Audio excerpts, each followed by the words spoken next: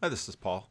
I mentioned in the video I did the other day on Carefree Wandering, Hans-Georg Mueller, that he had a portion in his video on Marshall McLuhan, which I thought was excellent, on the rearview mirror. And I wanted to play that and talk about it because I thought it was really quite well done and quite important. McLuhan wrote, "We look at the present through a rearview mirror. We march backwards into the future." This is actually written in the book, The Medium is the Massage. Okay, now I want to talk about this. When he first said it, the thing that immediately came to light was this beginning of Jordan Peterson talking to Roger Scruton. So the transcendent is the fact insofar as it's that which transcends our ignorance, but you can also think about it technically. So, and I think we know enough about how the brain works now, so that, not that we know much, so that useful things can be said about that. You tend to represent the world in the simplest manner that you possibly can that works for what you're doing. And so you don't actually see the world. You see sufficiently useful low resolution representations of the world. And if they work, then that's fine. There's no need to adjust them, and they're relatively easy to remember and to manipulate. But now and then you have a misapprehension about someone, let's say, and you have a conversation with them, and the conversation goes sideways. And what that means is that the thing that you thought you were conversing with is not the thing that you're conversing with, and that manifests itself in error. Right? So error is the place where the transcendent reveals itself. And what is actually revealing itself is the reality that's outside and underneath your perceptions.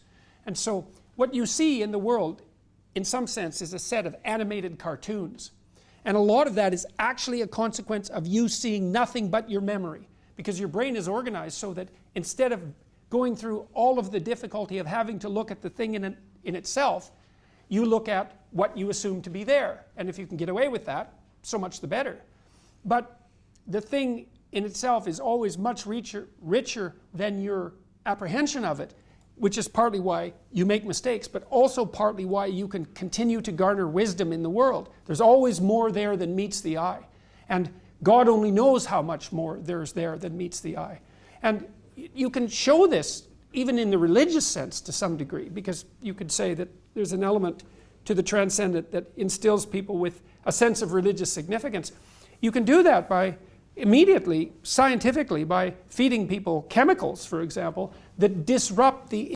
Okay, so that business about memory is really low resolution cartoons because it's easier to sort of replay things than to actually take in.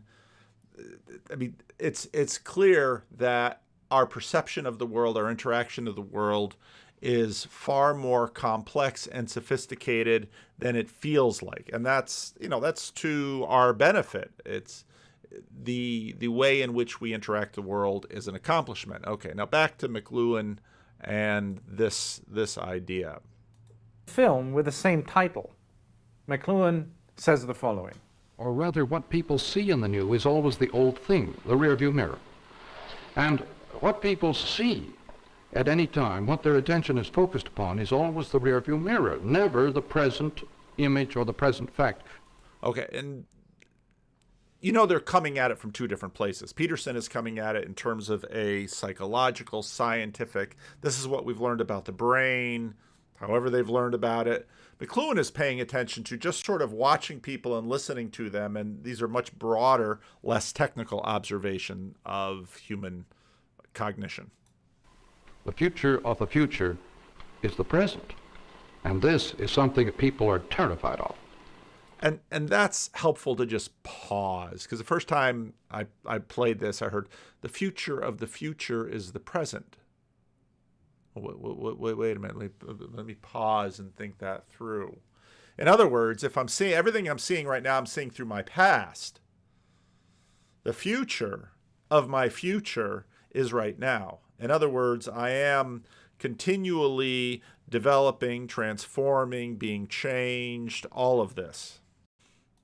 The pronouncement about the rearview mirror is followed up with the following sentence. Suburbia lives imaginatively in bonanza land. Suburbia lives imaginatively in bonanza land. And he explains this in the following way. Yeah, they live in bonanza land. One stage back, the Cartwright territory is a much more comfortable territory to live in than modern suburbia. So in other words, he's taking this reality that Peterson is talking about, and he's taking it even further back, that this living through the past, which is sort of the only background we have to that sort of forms us and creates us. It's the only thing that we have to live from. And of course, he's talking in the late 60s about the not too distant past, which was the 40s and the 50s, let's say the heyday of the Western. And, you know, if you've been through the channel enough, you know that we've been talking about Westerns a fair amount lately. Westerns were they were the dominant genre of Hollywood movies, and the rest of the world is sort of feeding off American media. And so the Western was deeply impactful. The Western then, of course, you see that this keeps going back. The Western, this canvas that was used to work through all sorts of stories and ideas and thoughts, and we've talked about that a fair amount lately. That is, emotionally, it is much more gratifying and secure to live in bonanza land, and it is the old environment. Every time a new environment forms with a new medium, people go back and live in the old one. When the Cartwrights were actually running USA, say back in 1850, 1870. Here too, McLuhan is Zizekesque. He refers to the popular TV series Bonanza of the 1960s, which portrayed the Wild West.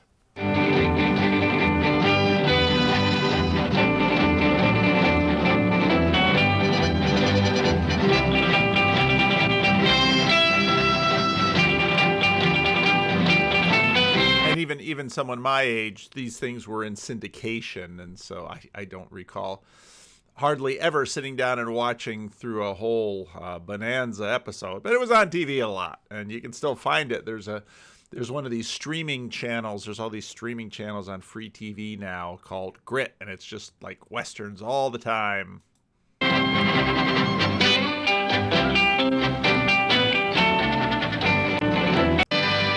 Popular in the 1960s and presented the Wild West. At the times, the 1960s. And again, we've covered the Westerns a fair amount. When new technologies, television and so forth, were developing rapidly, and along with this, also new identity technologies. McLuhan's point is that at this time, people found comfort in the old technologies. On the one hand, the technologies of the Wild West before, for instance, cars, and also the old identity technologies that constructed the old heroes of the rural West rather than the new suburban man in front. Or at least the images of the heroes in the suburban West. And I've spoken before about George Marsden's book, The Twilight of the American Enlightenment, where he spends a fair amount of time going through the angst of the 50s, the corporate man, the plastic man, and of course all of that angst in the 1950s in American culture would give birth to this age of, I don't know if I'm using authenticity in the same way that Mueller is, but age of authenticity. 60s would be self-expression, trying to break out of the plastic corporate man, the square, the straight. Front of the television set. For McLuhan, Bonanza Land, on the one hand, represents the old technologies that predated electronic technologies. And of course, the Western that the 1950s and 60s were relating to and seeing themselves through, this memory that they were feeding off of it was actually one. It was the Hollywood Western, and anybody who wants to do any reading, study of Western films knows that there's a lot going on there. It's not just as simple as, oh, Americans were acting like the frontier, even though the vast majority of Americans never even got close to the frontier. But on the other hand, it also represents the old identity technologies. And he calls these identity cards that no longer work. Let's listen to him. In the new electric world, where everybody is involved in everybody, where everybody is involved in complex processes that are going on in the total environment, the old identity cards that used to constitute private identity, the old means of finding out who am I, will not work. And then he goes on like this to further explain those old identity cards. The old methods of merely external identity by marks of occupation, national origin, age grouping, and so on, these will not serve any longer as means of distinguishing private identity. Okay, now what's helpful here is, so I'm going to take it all the way back to, let's say, Roman culture. Very, very little privacy. Privacy comes in, I think he's going to talk about this actually a little bit, in terms of boxes. And so what we have through our screens, through SET, is now there's we're living in a new world that is fabricated for us from the storytellers, from SET, from all of this, instead of a world that is much more dependent on direct interaction between human beings. Clearly, these identity cards are the cards of sincerity, the formation of identity in orientation to traditional social roles. However, and again, his definition of sincerity, still don't know that I'm terribly comfortable with it. And also when you say traditional social roles, which tradition? The 1950s or the 1930s and 20s or the 19th century? Part of, even though you can certainly find continuity, part of all of this is tremendously low resolution, as if post-industrial age tradition was the same as pre-industrial age tradition. I've been reading reading and listening to a lot of history from the 19th century.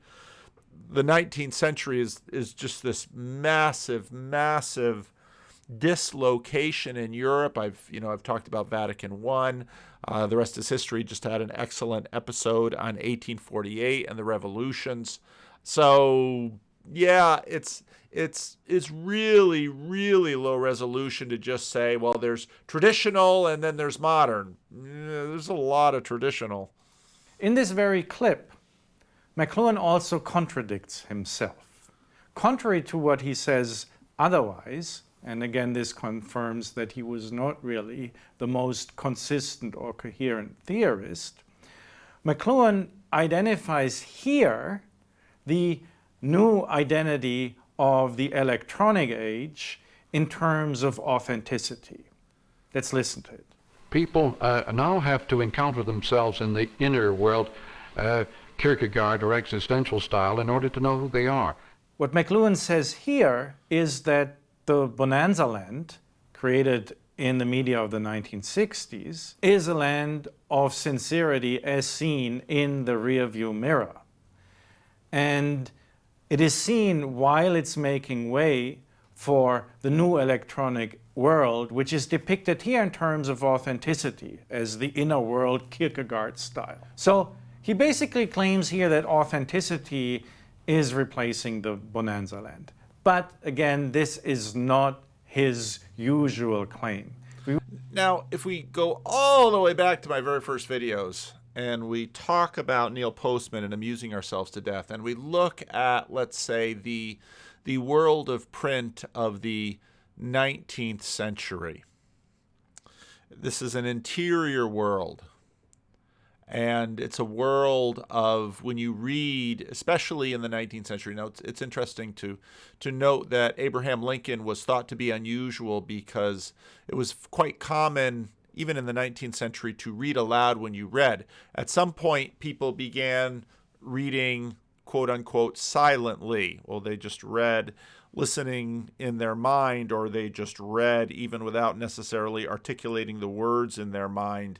You see all of this development taking place, but we very much see the movement of people by these technologies in terms of how exactly they are fashioning and shaping their world. Are they living this way as we're having these conversations? I just noted that Yosef had a couple of response videos to my recent videos. I haven't watched them yet. So there's a lot. We're processing in a different way than, let's say, I did 10 years ago here in my study, just me alone with my books. Sounds like a Simon and Garfunkel song. You will now see that he does not describe commonly the electric world in terms of authenticity, but rather in terms of prophelicity. Of course, he doesn't use the notion of prophelicity, but his very central concept of the global village is an early predecessor of the notion of prophelicity. McLuhan's global village, contrary to that short clip about Kierkegaard and the inner self, it was for McLuhan normally precisely not a place of authenticity. And this is outlined in great detail in his book, The Gutenberg Galaxy. Here, he introduces the global village in the context of the transition from what he calls the Gutenberg Galaxy, represented by Gutenberg man, to the global village. The Gutenberg man stands for traditional print technology, books. These promote individualism, connected, for instance, with authenticity and with personal fragmentation and with an emphasis on privacy. Crucially, the new electronic media that constitute the global village destroy privacy. They bring back what McLuhan calls the tribal world. Now, if you watched all the way through towards the end of the conversation about the marriage crisis, Rod talked about the camera and how the camera is changing us, how we're always being watched. Many of us have seen Louder, the Crowder guy, saying, treating his wife abysmally. How did these videos come out from? Did someone break into their Amazon account? Probably not. Probably his wife, with whom he is having a divorce struggle with, heard him on his podcast sort of blaming her for the divorce and thinking, oh, you want to play the social media game? I bet you more people will watch videos of you being mean to me than will watch your video of your self-defending. And then Rod made the point that it's amazing how much rationalization was going on in the comment section for that video. Now, rather than separate individuals, we all live in a village together, knowing what everyone else does basically all the time. Instead of a little bit of an exaggeration, but right. An inner world, we now inhabit a shared common world of simultaneity and great constant mutual involvement. That is now if we pause here and consider that the future of the future is the present, and we're seeing the unfolding present future-ish through the lenses of the past, we can get a sense of how, for, let's say, older people like me, the world of set is impacting the world of YouTube. Is the global village. The electronic world of the global village is not an inner world of individual selves, but precisely its opposite, a social world of total mutual involvement. McLuhan says as much here. Well, I think you'll find everything we observed tonight about the media points in the direction of tribal man and away from individual man. Now, by individual man, I assume that you're referring to John's literary man. Yes, and tribal man is the man created by the new electronic media. So this would be the basic change we spoke of at the beginning. Yes, we're retribalizing. Now again, if you look at someone his age on this black and white TV with 4:3 aspect ratio, he of course is living much more in private, interior, individual reading land, and they are just, this is very early television. Voluntarily, we're getting rid of individualism. We're in a process of making a tribe. For just as books and their private point of view are being replaced by the new media, so the concepts which underlie our actions, our social life, are changing. We are no longer so concerned with self-definition, with finding our own individual way. We're more concerned with what the group knows, of feeling as it does, of acting with it, not apart from it.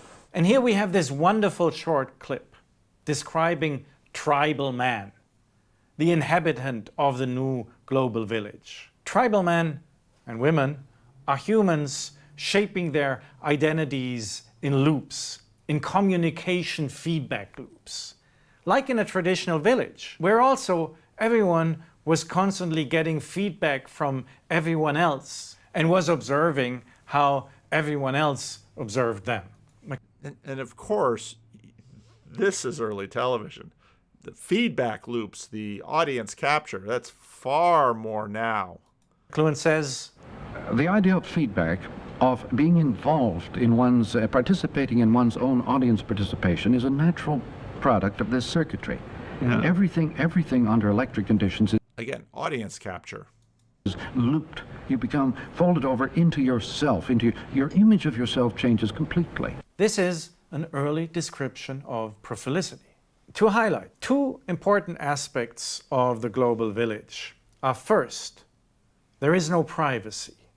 As in pre-individualist society, in pre-modern society, in the actual old tribal society, there is a return to tribal communality. McLuhan says, Privacy was almost unknown, even in Shakespeare's day. It came in after that period, in the 17th, 18th centuries, and it was dependent upon an architecture that sealed off spaces. People didn't live in private spaces in earlier periods, and it was with the coming of the book and the need for areas in private areas in which to read and study and so on that privacy gradually caught on as a value. I don't think privacy has quite the same meaning in our time that it used to have. I know, for example, a big business in Toronto where all the private offices have been dissolved, all the walls have been pulled out so that the participants in this business can sit together around tables. It's called cubicles. And again, you go into a major office floor. You're pretty high up there status-wise if you have a door on your office. Tables in the middle of the big office space so that they can watch each other's responses to stocks and world events and so on. They want a perpetual dialogue going on among themselves as a response to world events. in such a world where we need constant feedback, I didn't have any saving throws for that thing. privacy and individuality and authenticity, as it is associated with, for instance, private silent reading or unshared personal ideas. Now what's really interesting is that McLuhan almost makes it seem like, well, no more privacy. No, but the changes are usually not that total. You have a sense of privacy with your own little screen. And if someone wrenches it out of your hands and decides to scroll through your text messages. So even in this, we have the private and the public, although the private is not anywhere near as private as we might imagine it to be. Makes no sense. Like on YouTube, in the global village, we want constant reaction by our peers. The value of privacy that is still so often heard of and mentioned in the global village is, in fact, a rear view mirror value left over from the age of authenticity. And I think that's an overstatement. It doesn't go away. The rear view mirror continues to be a part of it, and Secondly, although the global village is a communal place, it's not a place of perfect harmony at all. McLuhan says, The global village is at once as wide as the planet and as small as a little town where everybody is maliciously engaged and poking his nose at everybody else's business. The global village is a world in which you don't necessarily have harmony, you have extreme concern with everybody else's business. And again, there's a ton of wokeism in there. Isn't this the complaint of the new tyranny from the left, that there's, you can't even have a thought that's your own. I mean, if you thought, I remember this was before the Jordan Peterson thing. I remember I found this website, Everyday Feminism, and I went through it and I thought, the law of Moses is far less intrusive than these people. Much involvement in everybody else's life. the global village does not represent some form of idyllic return back to nature. It is a place of mutual surveillance by technological means and of constant feedback interference. Now finally, to the vortex of energy. In You and Your Profile, we start with an epigraph from McLuhan, which is taken from a 1975 lecture on man and media. Here it is. The huge vortices of energy created by our media present us with similar possibilities of evasion, of consequences, of destruction. By studying the pattern of the effects of this huge vortex of energy in which we're involved, it may be possible to program a strategy of evasion and survival. McLuhan here refers to a story by Edgar Allan Poe titled A Descent into the Maelstrom, which is about a sailor who is about to drown in a vortex. And in order to survive, he observes the objects that reappear in the maelstrom, or in the vortex, and then eventually he clings on to them. So he studies the pattern of the vortex in order to finally be able to survive in its midst. I think this is a powerful allegory. I can't watch that thing full screen. That basically shows that the media, like this vortex of energy, are shaping us, shaping our movements. They are the environment that condition us. And they are neither right nor wrong. We live... I'd say they're sometimes right and sometimes wrong, and sometimes more neutral. It's hard to say neither right nor wrong and sort of lodge them in neutrality. But I mean, and this is even more so than McLuhan, because of course you have the Arab Spring, which people thought, well, that's going to change the world. Once everyone has Twitter, then because of the lack of privacy, no sin can be undone, because now via Twitter we can publicly shame our enemies, and once we employ shame weaponized by social media, then we can make the world right. Live inevitably in and with them. And in order to survive, to do well in them, to achieve well-being, we should not try and go against them. This is a kind of Taoist survival strategy. And it's also a Stoic survival strategy, because we survive by reflective understanding and adaptation. So I guess the point of the metaphor is that we need to study the technologies that condition us and that condition our self-making, in order not to drown in these technologies mindlessly.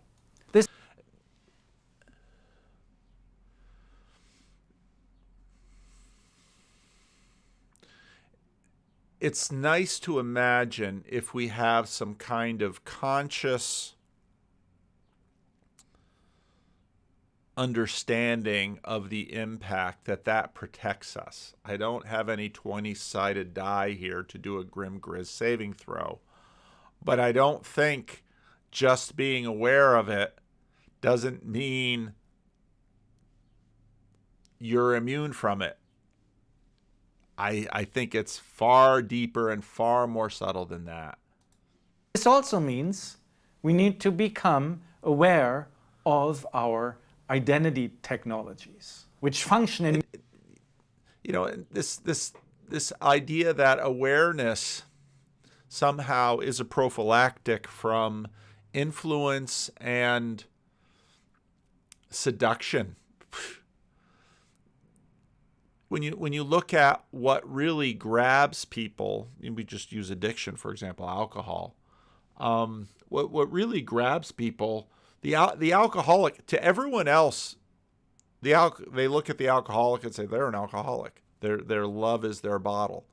The alcoholic is in denial. I could stop anytime I wanted to. Oh, and so it's a little naive. Well, just if we're aware of it, we'll know. I don't think so. Mutual feedback loops with electronic technologies. So here's a conclusion. 3 main takeaways. Now, it's also interesting to note that we'll have to see, let's see if we go all the way to the beginning. No. You see, if you go to, let's jump to one of his early videos when he first started doing this.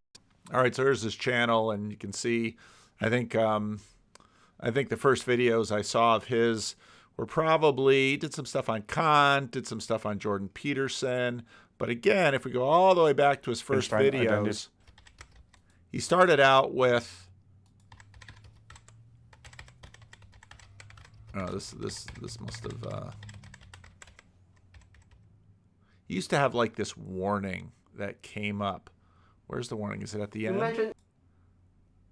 No, we'll have to find it. Your continued... Okay, here it is. This was his savings throws back in the day. support of this channel. Warning, this video is produced for attracting your attention and to promote the channel. The platform you are using is designed to be addictive and to mine your data for profit. You want to know why Grim Grizz is a genius? Compare this little red on black to something like this. You have a respect for serious play? Yes. I have a ritual with my channel where, like reminding fish that they're in water, I remind people that there's a lot of mind control out there, even if you just consider advertisement, by offering them savings throws against mind control using these dice, where they choose between survival, social, wisdom, or heart to base their savings throw on. If it's over 10, they take half damage from the mind control in the rest of the episode. And given you that you're a masterful wizard, they're going to need their savings throws today. So to them I say, choose! I choose now? Yes, survival, social, wisdom, or heart. Wisdom. Survivalists with a 9, taking full damage. Socialists, prime 17, they're going to be all right. Lovers of wisdom, 18. And heart folks as well, 18. Excellent. This is safe for everybody. So, which do you think is more effective? All right, let's finish this off. First, instead of advocating a rear-view mirror return to an idealized past, make sure to survive in the new electronic environment and in the new media by describing these patterns dispassionately and by understanding them. Unlike so many others today, don't just look Moral admonition here. into the rear view mirror of authenticity. Don't develop a nostalgia. What's funny is that there's absolutely no justification for why. Actually, one might think maybe you should pay attention to the rear view mirror because at least that worked. And in the middle of this might not work. For authenticity in the Netflix land that nowadays simulates authenticity. And I don't think these are bad admonitions, but it's just just as in the These two are coming at us from the future, and we're going to have to be evaluated by the transcendent, which is error. 1960s, the Bonanza Land simulated sincerity. But also, unlike the technology apologists, don't succumb to prolificity enthusiasm. Be aware of the dangers of this vortex of energy, where we can easily drown in endless social validation feedback loops. And I would say that your protection from this in many ways has everything to do with your grounding in the rearview mirror, quite frankly. It's sort of a, again, C.S. Lewis, a chronological snobbery to imagine, no, this isn't much protection at all. Now, I haven't finished watching this video. Kale and Byrne and others were on Twitter. You gotta watch this video. So I'm just into the video, but I have not finished watching this video. But some of the points that they make very quickly are strong, and they might suggest, it's almost a trope in movies when they're in a car and they pull the rearview mirror off the windshield and throw it in the back seat. Don't do that. Sort of 3 rules of technology that we want to quickly go through with you that relate to what we're going to talk about. This just names the structure of the problem. So first, when you invent a new technology, you uncover a new class of responsibility. And it's not always... This is a really interesting observation. It sounds a little long. I'm going to try and bump it up. Obvious what those responsibilities are. So to give 2 examples, we didn't need the right to be forgotten to be written into law until computers could remember us forever. It's not at all obvious that cheap storage would mean we'd have to invent new law. Or we didn't need the right to privacy to be written into law until mass-produced cameras came onto the market. Right? See, there we're touching on... In other words, and this got into some of my... I haven't watched the Christian critique of John Vervaeke's AI thing yet either. It's been busy. I'll just say that. But these are really strong points. And this was part of my points about threshold too, because we're the future of the future is the present. So we're not going to know how much we screwed up until we see all the product of the screwing up all around us.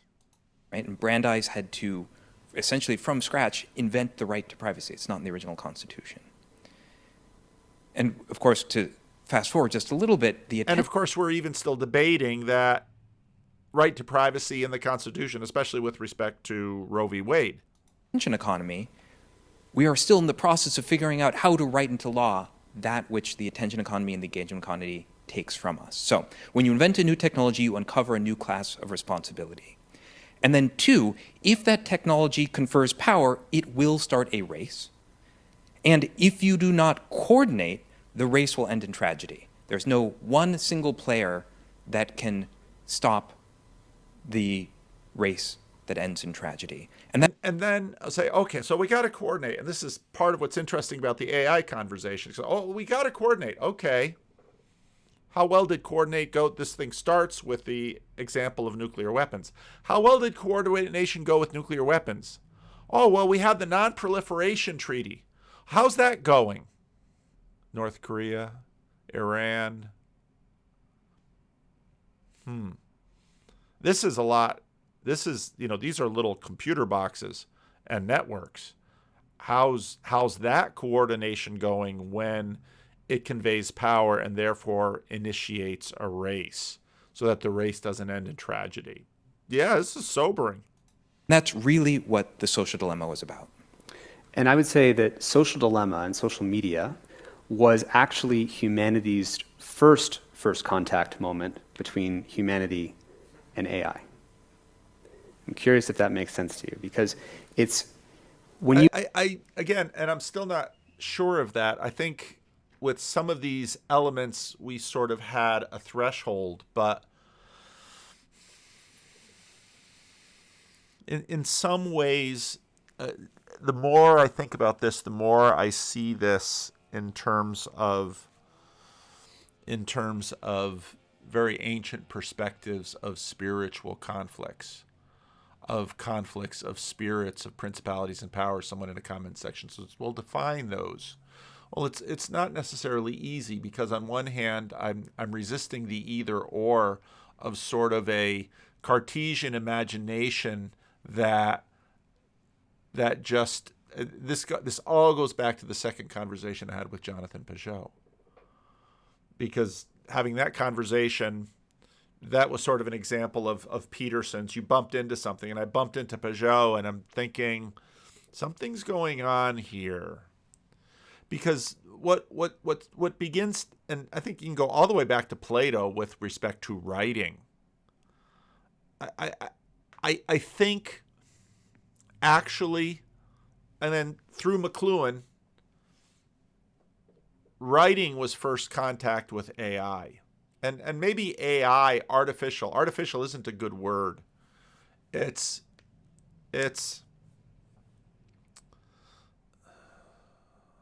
instantiated human Horcrux intelligence. We take something of ourselves and then we put it into written word, and of course little clay tablets, little cuneiform tablets with those, looks like, basically chicken scratch on them. And now we're able to have some sense of the thoughts of the ancient Assyrians through these little clay tablets, and on and on and on. And of course, once these little clay tablets can be sort of passed around, now suddenly you have, in that sense, a degree of artificial intelligence, and it's just been getting bigger and faster and bigger and faster. Whereas before, even if it wasn't clay tablets, it was memory. It was still closer to us. It hadn't been sort of instantiated far from us, and the clay tablets have just been getting more and more and more powerful since then. So I think we're continuing to pass thresholds, but just as, when Mary Harrington notes, transhumanism begins with safe and reliable and economical and ubiquitous contraception. Horcrux intelligence begins with writing. You open up TikTok and you scroll your finger, you just activated the supercomputer, the AI pointed at your brain to calculate and predict with increasing accuracy the perfect thing that will keep you scrolling. So we already had... It isn't perfect because I'm not scrolling right now. We now have every single day an AI, which is a very simple technology, just calculating what photo, what video, what cat video, what birthday, to show your nervous system to keep you scrolling. But that fairly simple technology, as is a good story, was enough in the first contact with AI to break humanity with information overload, addiction, doom scrolling, sexualization of kids, shortened attention spans, polarization, fake news, and breakdown of democracy. And no... A little catastrophizing there. And I'm not saying any of these things aren't valid, but there'll be another election. And again, I believe it was Socrates that was getting quite concerned about these, written text, and then or Plato. But then, of course, Plato was such a wizard that we're still reading his texts today. And when you look at texts that ancient that get our attention, he's pretty, he's after the Bible, but he's way before Shakespeare. So I think maybe that's a good place to stop. I'm going to very much want to watch this whole video, but I really like that. Well, did I really like Mueller's treatment of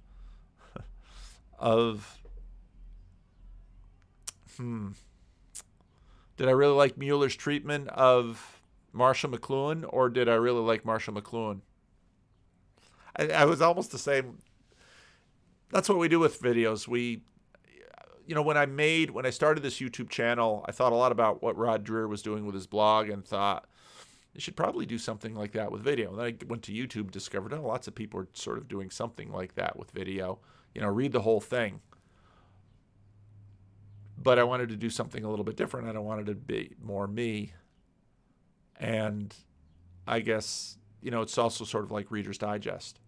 And you're not all going to watch all of the videos that I refer to in this, but you'll get a little taste. And it's this sifting through each other that in many ways that doesn't create the principalities and powers, but it's at that level that in many ways the principalities and powers are activating. I got to play one more thing that my Consciousness Congress said. This is key. If there is an answer, it is going to be produced by asking the question. Yeah. And the difficulty we face, as I think you're right to say, is we don't have much in answer to that at the moment. Yeah. But I think the reality is the solution is within that answer to a lot of this stuff. And we're all, those of us who are thinking about this stuff, we're all going to have to agree on something beyond not liking the other people. That's just going to have to happen. Yeah. And that may mean the problem for a lot of people, particularly the sort of more liberal of us, is... Now, that sounded a little... You can watch the video and see the whole thing, of course. But it's agreement. Well, what is that? It's a spirit that moves, and it moves through lots of people. And lots of people are moving in the same direction, and they're doing good things, and their outcomes are good, and their outcomes are stable. Well, how do we know that? Well, we have to sort of look in that rearview mirror, because that's in many ways a lot of what we've got. We don't like telling other people what to do. Yeah, absolutely. And once you get into the realms of, it's family, it's this and it's that, there's a hesitation there. One of the things that Rod has said repeatedly in the marriage conversations has been, and I can't say it as well as he can, I'll probably have to go back and snip it out, but once everything becomes optional, everything changes. And a deep focus in the marriage conversation that we had was when things weren't optional, when we were basically living in that rearview mirror and have a family, have children, and you were basically pushed through this. And not saying there weren't casualties, not saying bad things didn't happen to adults trapped in bad marriages and kids trapped in bad marriages with bad parents. All of those things are out there. But there was a lot in there that kept the world going because it was very much a rear view mirror perspective. And, part of the AI conversation and the warning is we're not smart enough to look into the future and know what's coming. We simply are not. And even just saying that sentence makes very little sense because there's the smart that you and I might be as individuals, but there's the smart that we are together. And if it's a good spirit that is actually inhabiting and flowing through a group, that good spirit can be smarter than the individuals, but it can also be dumber than the individuals. I mean, a mob is a destructive spirit that flows through. Again, the 1848, the rest is history. There was smart and unsmart stuff going through those revolutions, and many of those revolutions are still with us in the form of bits and pieces of Constitution. This week's The Rest is History, if you're a Rest is History Club member, look at me hawking these guys. If you're a Rest is History Club member, is coronations. And I haven't dug into the coronations podcast yet. I'm super excited for it because, as Tom Holland shows, coronations are sort of a moment where you can sort of orient yourself to this memory of the past and see yourself in the light of successive spirits that have gone on through the world. I'm about to get to what James Orr says here because it's really quite profound. It's the teaser for the video. That perhaps is a reflection of the fact that 30 or 40 years ago, there were a lot of people going, you must have a family, and none of us wanted to be told that because we wanted to make our own choices in life. But maybe there is an opportunity to work out a more, and this is what Peterson and I talked about when I was on his podcast, is it has to be sort of invitational, enrolling. It has to be like, you don't have to have a family. You don't have to do anything. You're a free, atomized individual. You're going to have to sell it to me. You're going to use propaganda? Will the savings throws work? How exactly is this going to get promoted? There's going to have to be a spirit that blows through, because, you know, what Constantine is describing here is a spirit that has blown through, and it has blown through and causing anxiety about population collapse because birth rates have fallen. Just like you believe. However, if you want to have a good life, here's some of the things that people have found in the past that do help you towards that. Yeah. Maybe that's what it looks like. Couldn't agree more. Read old books, trust old books, because you need to recognize that ideas age in reverse. We get weaker as we get older. Ideas get stronger as they get older. Let's pause and say, we get weaker as we get older. Spirits get stronger as they get older. This is Nassim Taleb's great point about the Lindy effect. Spirits get stronger as they get older. And there's a deep truth to that. When you're trying to implement a new ideology, you want historical ground zero. You want everybody to forget the past. It's Orwell's old line, whoever controls the past controls the present, whoever controls the present controls the future, and all of that. If you listen to The Rest is History, 1848, that was a great episode. The professor wrote the book about 1848, made the comment that nationalism just swept through Europe in the middle of the 19th century. Nationalism only worked because it pretended to be ancient, but there was nothing ancient about it. That a lot of the costumes and the stories, these were all very, very new in the 19th century. I said 18th century, I said it was the 19th century. These are very, very new in the 19th century, but they were made to look old. And nationalism just, it just took the day. And all of that. So yeah, read old books, not on Kindle. That would be, I think, wise advice. And don't neglect don't neglect the wisdom of the past. Spoken like a true conservative. Pay attention to that rearview mirror. All right, that's it for this. Leave a comment. I believe I'll post this on Friday morning, and I'm assuming I'm probably going to do Bridges of Meaning Discord Q&A Friday morning, unless there's a reason I can't. So anyway, leave a comment.